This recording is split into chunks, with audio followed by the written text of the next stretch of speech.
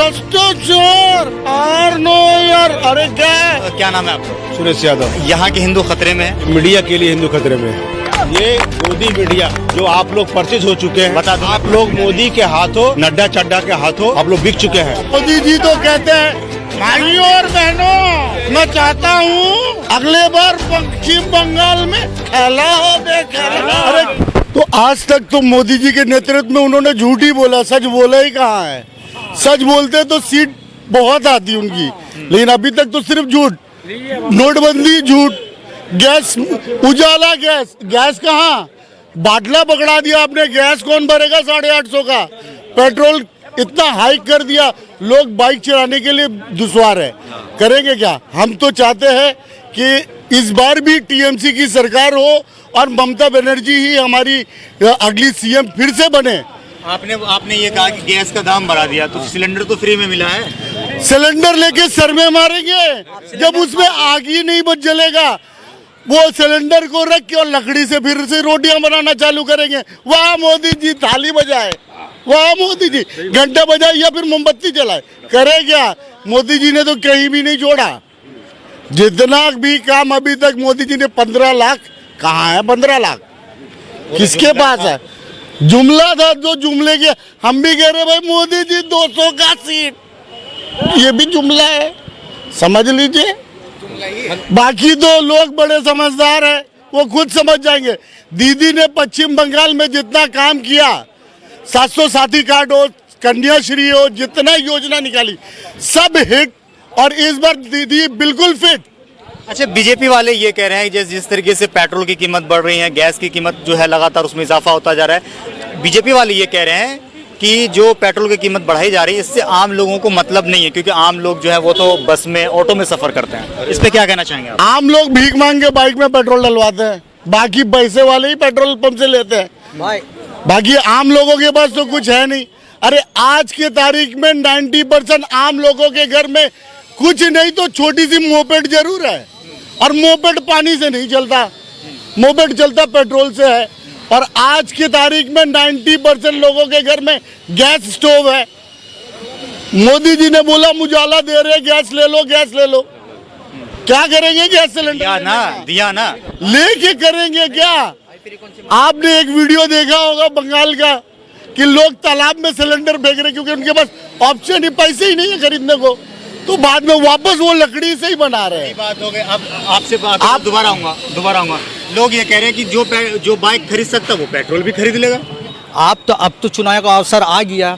आप लगभग नहीं भी तो अगर बाहर के माने नॉन बंगाली अगर आप पत्रकार हो, बाहर से अगर आए हो, तो आप यहाँ सर्वे करके आपको पता चल ही गया होगा कि पब्लिक यहाँ की क्या चाहती है। एक दूसरी बात, ये पश्चिम बंगाल की आवाम है, पश्चिम बंगाल की जनता ये बहुत बुद्धिमान है, बहुत इंटेलिजेंट है, ठीक है। तीसरी बात, अगर इंटेलिजेंट नहीं भी होती तो आपने तो आईना हमको दिखा दिया है यूपी का, आपने आईना हमें दिखा दिया बिहार का, आपने आईना हमें दिखा दिया है गुजरात, राजस्थान का, आपने आईना हमें दिखा दिया हरियाणा का। क्या देखा?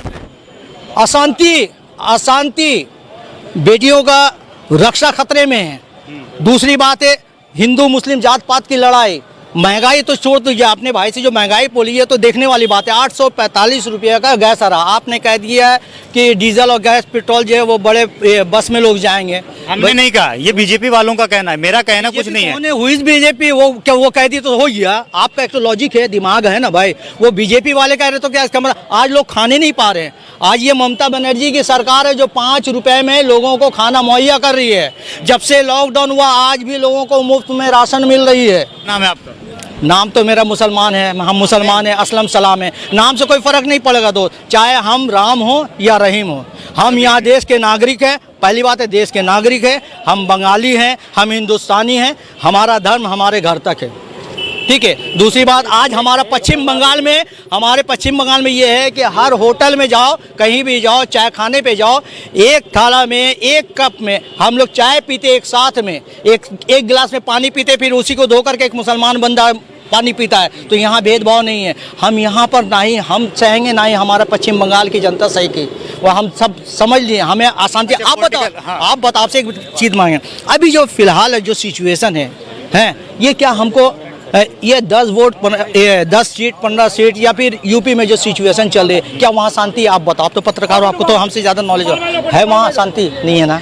तो आप बताओ, क्या हम भी उसको देख करके अपने पश्चिम बंगाल में यहाँ भी अशांति चाहेंगे? आपको लग रहा है कि बीजेपी अगर यहाँ आएगी तो माहौल खराब हो जाएगा? एकदम एकदम 100%, इसे कोई दो राय नहीं। मोदी जी तो कह रहे हैं सबका साथ सबका विकास। मोदी जी तो कहते हैं, भाइयों और बहनों, मैं चाहता हूँ अगले बार पश्चिम बंगाल में खेला हो बे खेला। अरे क्या खेला? खेला तो मेरी दीदी दिखाएगी आपको, क्या खेला हो बे। बोलता है भ्रष्टाचार और नो यार। अरे क्या है मोदी? भाइयों और बहनों बोल के पब्लिक को खेला होवे या डेवलपमेंट होवे? डेवलपमेंट हो रहा है, और वो डेवलपमेंट को ही हम खेला का नाम दे रहे हैं। और मोदी जी कहते हैं भ्रष्टाचार और नो यार, आर नो ही क्या? सिंडिकेट तो तुम बना रहे हो, भ्रष्टाचार तुम फैला रहे हो, बलात्कार तुम करवा रहे हो। तुम्हारी जितनी स्टेट है सब में बलात्कार हो रहा है, सब में मॉब लिंचिंग हो रही है, लोगों को बेमौत मारा जा रहा है। वो सब आप अपने स्टेट में देखो। आप हमारे स्टेट में जैसा अमन शांति है, हम राम रहीम दोनों मिल के चलते हैं और चलते रहेंगे। आप क्या नाम है आपका? सुरेश यादव। सुरेश यादव, क्या यहाँ के हिंदू खतरे में है? ये कौन बोल दिया आप लोगों को? ये मीडिया के लिए हिंदू खतरे में है, हिंदुस्तान के आवाम के लिए खतरे में है। ये गोदी मीडिया जो आप लोग परचेज हो चुके हैं।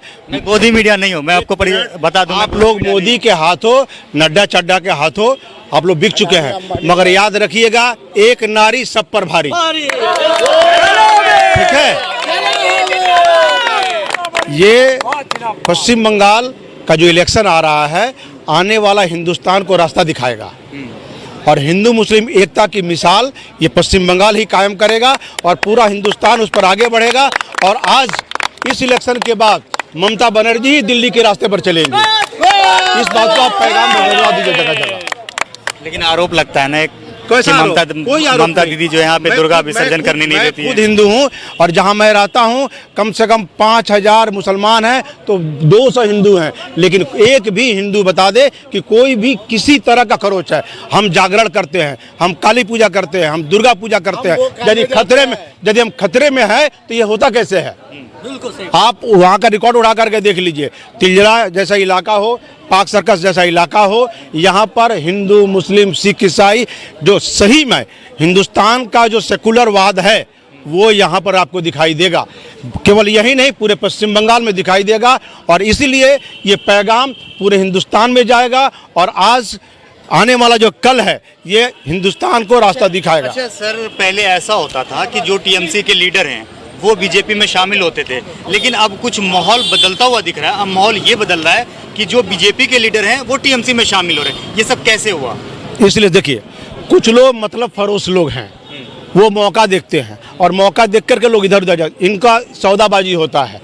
आप देख लीजिए, जो लोग तृणमूल छोड़ करके गए हैं उनको ये एहसास हो गया था कि ममता बनर्जी के पीठ पीछे जो उन लोगों ने गलत तरीके से पैसा का अर्जन किया है, यदि हम बीजेपी में नहीं जाते हैं तो सीबीआई हमारे घर में जाएगी। यही कारण है कि उन्होंने पाला चेंज किया है। अब कुछ लोग जो उधर हैं, देखिए ये हकीकत है, अच्छा बुरे चारों तरफ लोग रहते हैं। जो अच्छे लोग हैं वो जान रहे हैं कि ये गंदा गंदा लोग जो आ रहे हैं, अब यहाँ पर हमारी जगह नहीं है, इसलिए जो सही जगह है वहाँ पर जाने की कोशिश कर रहे हैं। नहीं, हमारे हिसाब एक मिनट, डेवलपमेंट के नाम पर ही वोट हम लोगों को मिल रहा है। ठीक है, हम हिंदू मुस्लिम जो ये तहजीब जो है ये बरकरार रखे हुए हैं और आगे भी रहेगा। हम नहीं चलेगा जी नहीं, ये हिंदू मुसलमान यहाँ नहीं चलेगा, यहाँ पर केवल विकास चलेगा और काम चलेगा। ममता दीदी का जो काम पिछले 10 वर्षों में जो हुआ है, ये चाहे दुआरे सरकार हो, चाहे वो खाद्य साथी हो, चाहे वो सभी साथी हो, चाहे वो गति धारा हो, आप गिनते रह जाओगे, आपकी अंगुली खत्म हो जाएगी, मगर ममता बनर्जी का विकास मुखी जो प्रोग्राम है वो खत्म नहीं होगा, और आवाम उसका फायदा उठा रहा है। आपकी जो लड़ाई है वो किससे है? बीजेपी से है या लेफ्ट से है? नहीं, हमारी लड़ाई देखिए, हमारी लड़ाई जो गलत रास्ते पर चल रहे हैं उनके साथ है।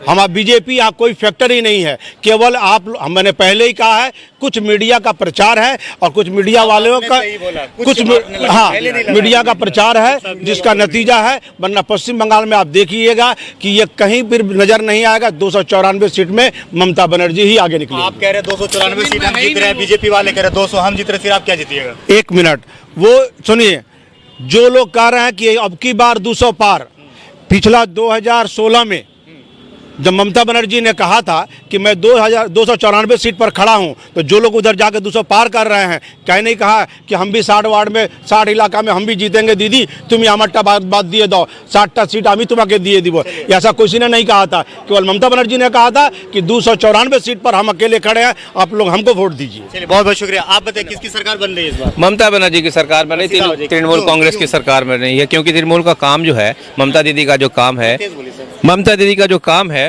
वो सबसे अच्छा काम है। आज तक के रिकॉर्ड में आप देखिएगा, पिछले 10 सालों का सबसे अच्छा विकास और हर काम जो है ममता दीदी का सबसे अच्छा हुआ है। क्या वाम दल ने 34 सालों में नहीं किया? कुछ नहीं किया, वाम दल ने कुछ नहीं किया, सबको घर पे बैठा दिया और बैठ करके सब अपना मतलब समझिए कि वो एकदम बकवास काम किया। क्या नाम है सर आपका? हाँ, अमोल नंदी। हाँ? अमोल नंदी। मोदी जी को जानते हैं? हाँ, कौन है? मोदी जी हम लोग का प्रधानमंत्री है। कैसे प्रधानमंत्री? अच्छा पहले काम किया था, मगर अभी जो है एकदम पूरा खराब कर दिया। पहले क्या काम किया? पहले बहुत विकास किया था। बहुत विकास किया। विकास अब तक चल रहा है। अभी विकास भी नहीं किया, अभी यार विकास भी नहीं किया, खाली एक सुनिए, अभी यार इलेक्शन का मौसम है, बंगाल का संस्कृति को समझ लीजिए। सबसे पहले बात है कि बंगाल, ये बहुत पुराना जुमला है, जो बंगाल आज सोचता है पूरा हिंदुस्तान उसको दूसरे रोज सोचता है।